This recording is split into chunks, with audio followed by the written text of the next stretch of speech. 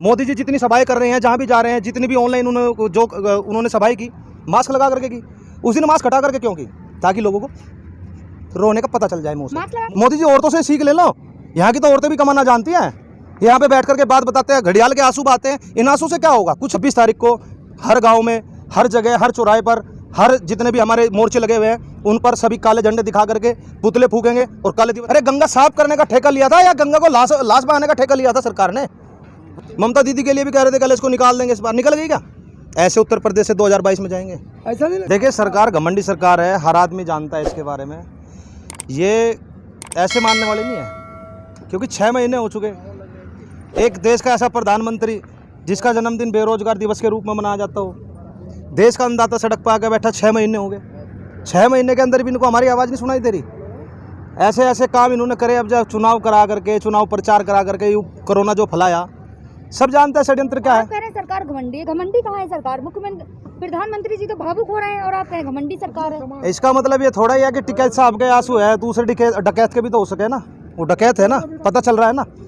मैं ये कह रहा हूँ 7 साल में 8 बार रोए, 8 सती 56 इंच का सीना, वही तो नाप के दिखाया ना। 7 साल में 8 बार रो चुके हैं। ये मतलब थोड़े है भाई, एक वो प्री प्लानिंग था सारा सिस्टम। हर आदमी मास्क लगा करके आ रहा है। मोदी जी जितनी सभाएं कर रहे हैं, जहां भी जा रहे हैं, जितनी भी ऑनलाइन उन्होंने सभाएं की, मास्क लगा करके की। उस दिन मास्क हटा करके क्यों की? ताकि लोगों को रोने का पता चल जाए मुंह से, मुंह की भावना से। है ना कि अगर कोई बोलता है तो मास्क लगा के आवाज ठीक नहीं आती ना, इस वजह से। उससे पहले क्या था? उससे पहले भी तो मोदी जी थे। उससे पहले क्यों मास्क लगा के बोलते थे? मास्क लगा के अकेले बैठे हैं, ऑनलाइन सभा कर रहे हैं, उस समय मास्क क्यों लगा रहे थे? उसी दिन क्यों हटाया गया वो मास्क? लोगों को दिखाने के लिए, चेहरे की भावना प्रकट करना। लेकिन किसान भी तो पीछे नहीं है। पहले आप लोगों ने तिरपाल लगाए थे, फिर आपने पट्टे बल्ली का किया, पक्के निर्माण शुरू कर दिए। या अरे जगह तो हमारी है, ये किसानों की जमीन के ऊपर से ही तो सड़क निकली है। हमारे बुजुर्गों ने तो जगह दी थी रास्ता बनाने के लिए।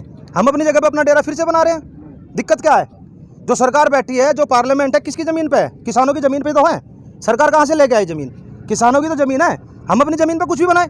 और जब सरकार को इतनी दिक्कत हो रही है हमारे पक्के मकानों से, तो ठाके हमारे जो तीनों कानून है, इनको वापसी ले लो ना। क्यों नहीं लेती वापसी सरकार? मना कर दिया सरकार ने। अच्छा, क्यों? कैसे करा मना उन्होंने? ऐसे कैसे मना कर देगी सरकार? सरकार तो आपकी सुन ही नहीं रही ना, तभी तो सुन नहीं रही है। किसान ने मांगा थोड़ा ही था ये बिल, जो बिल लेकर के आए हैं ये तो जबरदस्ती थोपा जा रहा है। अब ये कहते हैं काले कानून वापसी नहीं होंगे। क्यों नहीं होंगे भाई? कह विधान नहीं है, विधान नहीं है। अच्छा, कैसे नहीं है भाई? अब एक बार बताओ, कह ले उन्होंने बोलते कह संविधान में हमने लिख दिया, संविधान से हटाया नहीं जा सकता वो।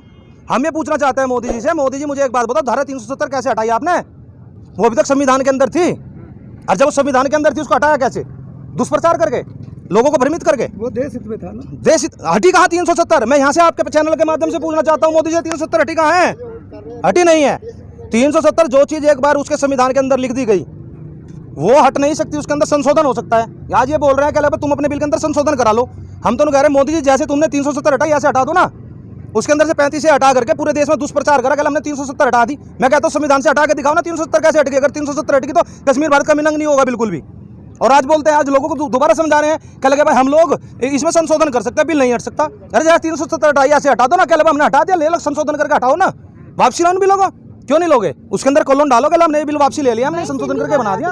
तो हम जो पंजाब का किसान है वो इसलिए आ रहा है, भीड़ इसलिए बढ़ रही है क्योंकि पंजाब के किसान ने अपना गेहूं काट करके अपनी दूसरी फसल बो करके आ चुका है। वो तो क्या यूपी के किसानों ने अभी तक गेहूं नहीं काटा? यूपी के किसानों ने गेहूं काटा है, ही कौन बोएगा? मोदी थोड़ा बोएगा आगे?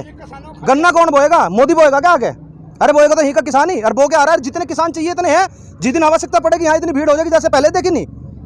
कैसे कैसे नक्शा पलटता है, हम जानते हैं इस चीज़ का। उत्तर प्रदेश का किसान पूरा आंख है यहाँ पे है, मेहनत वहाँ कर रहा है। और मैं तो हिम्मत देता हूँ पंजाब की बहनों को, जिन्होंने आज ही मैं पढ़ रहा था 26,000 करोड़ का उन्होंने गेहूँ औरतों ने कमाया, और लोग फसल वहाँ पे बैठे हैं बॉर्डर पे, उन्होंने कितनी मेहनत से कमाया है। मोदी जी औरतों से सीख ले लो, यहाँ की तो औरतें भी कमाना जानती हैं।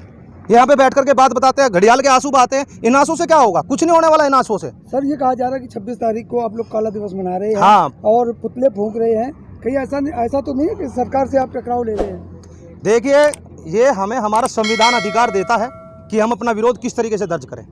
और किसानों ने 26 तारीख को काला दिवस के रूप में मनाने का निर्णय लिया है। और 26 तारीख को हर गांव में, हर जगह, हर चौराहे पर, हर जितने भी हमारे मोर्चे लगे हुए हैं, उन पर सभी काले झंडे दिखा करके पुतले फूकेंगे और काले दिवस के रूप में मनाएंगे। आपका विरोध भी तो किया जाएगा ना? विरोध करने वाले करें, कौन करेंगे? अरे वे अंधभक्त, वे कच्छाधारी आरएसएस वाले आदमी तो करेंगे ना, वही तो करेंगे। क्या आरएसएस वाले अनाज कहाँ से खाते हैं? अनाज भी तो किसान के खाते हैं ना। वे अंधभक्ति छोड़ करके अगर देशभक्ति की बात करेंगे ना तो कच्चे 4 दिन में उतर जाएंगे। ये वही दल्ले लोग हैं जिन्होंने अंग्रेजों को मुखबरी दी थी। आज यही काम करे किसान आंदोलन खत्म करने का। किसान वो व्यक्ति है, किसान वो नस्ल है जो पूरे देश का पेट पालता है। मोदी जी की तरह अफगानिस्तान की काजू की रोटी नहीं खाते हम लोग, अनाज उगाते हैं, अनाज खाते हैं। अगर आज भी किसान अपनी जिद पर आ जाए ना, दूध देना बंद कर दे, अपनी फसल देनी बंद कर दे, तो भूखा मर जाएगा देश। लेकिन ये जब आप लोग आए थे तो तब तो ठीक था, लेकिन अब लोगों ने ये बोलना शुरू कर दिया कि किसान काफ़ी अड़ियल है। किसान अड़ियल कहाँ है बेचारा? अड़ियल कहाँ है? उसको तो अड़ियल बनाया जा रहा है। वो काम है जो छोटा पिल्ला पाला जाता था ना, उसको भोसाया जाता था। कृषि मंत्री कहते कि आप 3 महीने के लिए घर चले जाइए, अड़ियलपन तो है। जब कृषि मंत्री खुद कह रहे हैं कि आप जाइए तो आप यहाँ नहीं क्यों जाए? अच्छा मोर्चे जमा रखे, हम अपने घर चले जाए, उनकी इतनी चलेगी। किसान कुछ नहीं है इस देश का, इस किसान ने बैठा है। 3 महीने बाद वापस आ जाती है। अरे 3 महीने बाद क्यों वापस आ जाए? हम तो यहाँ बैठे हैं ना। किसको कोरोना है यहाँ पे? कौन मर रहा है यहाँ पे? सरकार चली जाए ना अपने घर, 3 महीने के लिए कुर्सी त्याग दो, 3 महीने कुर्सी त्याग दो, दूसरे को बैठा दे, किसान भी चला जाएगा 3 महीने के लिए। कोरोना फैलाने का आरोप तो आप पे भी लग रहा है, किसानों पे। गांव-गांव जा रहे हैं किसान तो। वो तो पहले से प्रचार है, किसान का तो नाम लेंगे। वो मोदी जी को तो अपना नाम लेना नहीं है। जोन सी इतनी बड़ी बड़ी रैली, इतनी बड़ी बड़ी सभाएं वहां जाकर के कर रहे हैं। जिन्होंने चुनाव करवाया, कितने यहाँ पे जो शिक्षक थे जिन्होंने चुनाव करवाया वे मर गए, उनके आंकड़े छुपाए जा रहे हैं। लाशें गंगा में बह रही है। ये देश है। अरे गंगा साफ करने का ठेका लिया था या गंगा को लाश बहाने का ठेका लिया था सरकार ने? वो तो कहते नमामि गंगे, ये नमामि गंगे है। लाशें बह रही हैं, शमशान घाटों पे लाइन लगी हुई है।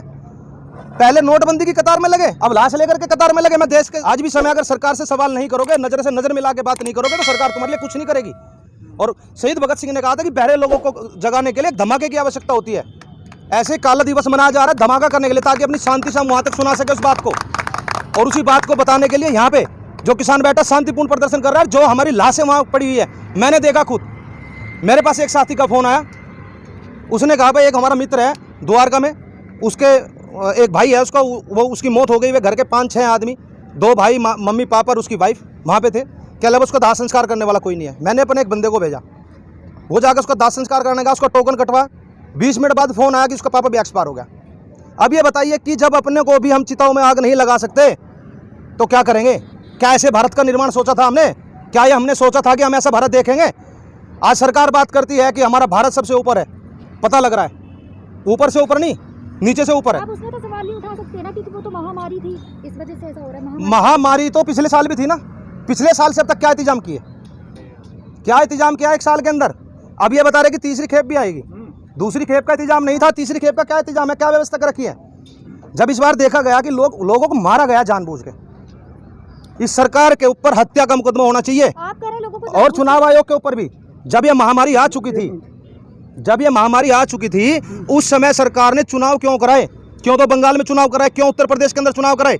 हमारे यहाँ पे सांसद है संजीव बालियान मुजफ्फरनगर के, उनके भाई कुटबी से प्रधान बने, चुनाव के अंदर जो संक्रमित हुए वो मर गए, उनका दूसरा भाई मर गया, तीसरा जो जिला पंचायत है उसकी भी खतरे में है हालत। क्या हो रहा है सरकार? ये जो कोरोना है ये भाजपा को और कांग्रेस को किसी को नहीं देख रहा है, ये सबको हो रहा है। लेकिन भाजपा के नेता तो कह रहे हैं कि आप गोबर थेरेपी का करिए, कोरोना से बचेंगे, आप गौमूत्र पीजिए, कोरोना से बचेंगे। मेरे घर में गाय है, मेरे घर में गाय है, उसके बछड़े को पता है कि क्या पीना है। वो अंधभक्तों को पता होगा उनको क्या पीना है। हमारे तो बछड़े को भी पता है कि दूध पीना है, मुंह तो वो पियो। लेकिन बीजेपी वाले बोल रहे हैं कि अभी जो कितने लोग मरे हैं, मोदी जी नहीं होते तो इससे कई गुना ज्यादा मर जाते। जो मोदी जी ने होते कुछ भी नहीं मरा था, मैं पहले बता रहा हूँ। 1 साल पहले इलाज हो गया होता। ये सच्चाई है। ये जानबूझ के फैलाया जा रहा है किसान आंदोलन को कुचलने के लिए। बता रहे वही बयान पहले ही बोला था मैंने, पहले भी बोला कि ये अब किसानों के ऊपर थोपेंगे। पहले किन के ऊपर थोपा? जमातियों के ऊपर। अब किन के ऊपर थोप रहे हैं? किसानों के ऊपर। क्या कुंभ का मेला हुआ? कल परसों हेडिंग पड़ रहा है, कुंभ के मेले को बदनाम किया जा रहा है। बदनाम क्यों किया जा रहा है? क्या भीड़ नहीं थी वहां पे? क्या 100-150 जमातियों के द्वारा पूरे भारत के अंदर कोरोना फैलेगा, उसको तो इतना बड़ा प्रचार करा कि कोरोना फैला दिया जमातियों ने। अब की बार जमाती कहाँ है वे? अब की बार तो और भी बड़े जमाती हो गए। अरे कुंभ का मेला करवा दिया। अरे सरकार ने फैलाया, सभी को पता है, साफ रूप से दिख रहा है, जनता जान रही है, सबको पता चल चुका है कि कोरोना कैसे आया है। लेकिन बंगाल में रैली तो आप लोग भी करने गए थे। बंगाल में रैली हम लोग करने गए थे, उनकी वजह से करने गए हम लोग कि वो लोगों को भ्रमित कर रहे हैं, तो उनको बताने गए। सरकार पे केवल नहीं उठा सकते ना, आप भी तो गए थे। तो सरकार नियम किसने बनाए? कानून किसने बनाए? अब हम लोगों ने जाकर कोरोना फैला दिया, सरकार ने फैला। सरकार के हाथ में था ना जो चुनाव हो रहा है उनको रोकना। लेकिन वो तो क्या थे, क्या लगा षड्यंत्र रचाया गया था यूं कि चुनाव कराओ फिर लॉकडाउन लगा देंगे, फेरबदल कर देंगे, गड़बड़ी कर देंगे, नहीं बैठी ताल। दीदी है ना वो तो ममता दीदी के लिए भी कह रहे थे कल इसको निकाल देंगे, इस बार निकल गई क्या? ऐसे उत्तर प्रदेश से 2022 में जाएंगे। ऐसा नहीं लग रहा कि